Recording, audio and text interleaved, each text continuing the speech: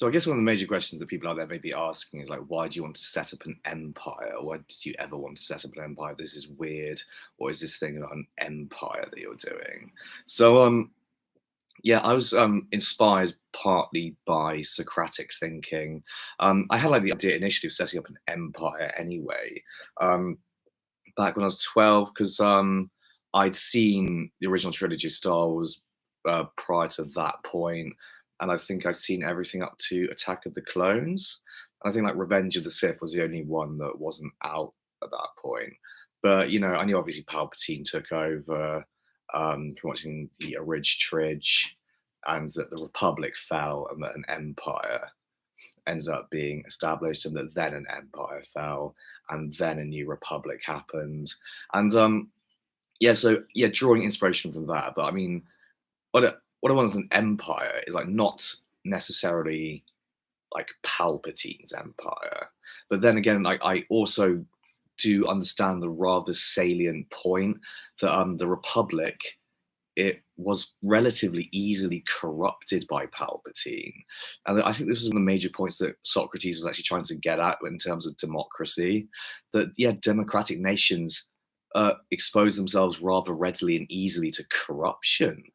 And, have this idea of tyranny of the masses and so on. And yeah, there's not, I think like what I was trying to do with this empire thing, and, is blend democratic principles and have it be rather democratic or totally democratic, really. Where we elect the head of state, we elect the emperor or the king, depending on whether it's like a region of territory on a given moon, which would have a king, or an entire moon, which would have an emperor ruling several kingdoms, both elected. And then a system of moons, which have a higher emperor, and then each of those four emperors would sit on a supreme council formed of four emperors with sub-emperors and then kings below them. And there'd be a representative of the religious institution, like the pantheist order is what I'm going to call it. And there'd be chambers of commons and chambers of nobles.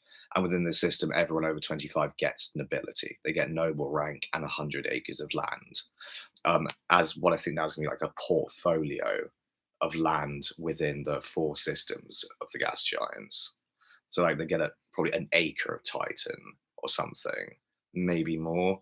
Then like 5 acres on Ganymede, and so on. And I think yeah, getting that up to 100 acres, like given for 4 billion people, I think I need to do in total. I think getting that all up to 100 acres for everyone out of about 160 or 70 moons in total. I'm tempted to say I think it can be done. I think that's pretty achievable. Yeah, so yeah, Commons, everyone under 25, they all get elected representatives. I'm probably going to add in some sort of proviso that an elected representative of the Commons needs to be over 18. So the Chamber of Commons slash Councils of Commons at the four different levels of government, those would each be 18 to 25s. And they'd have to get elected in the first instance,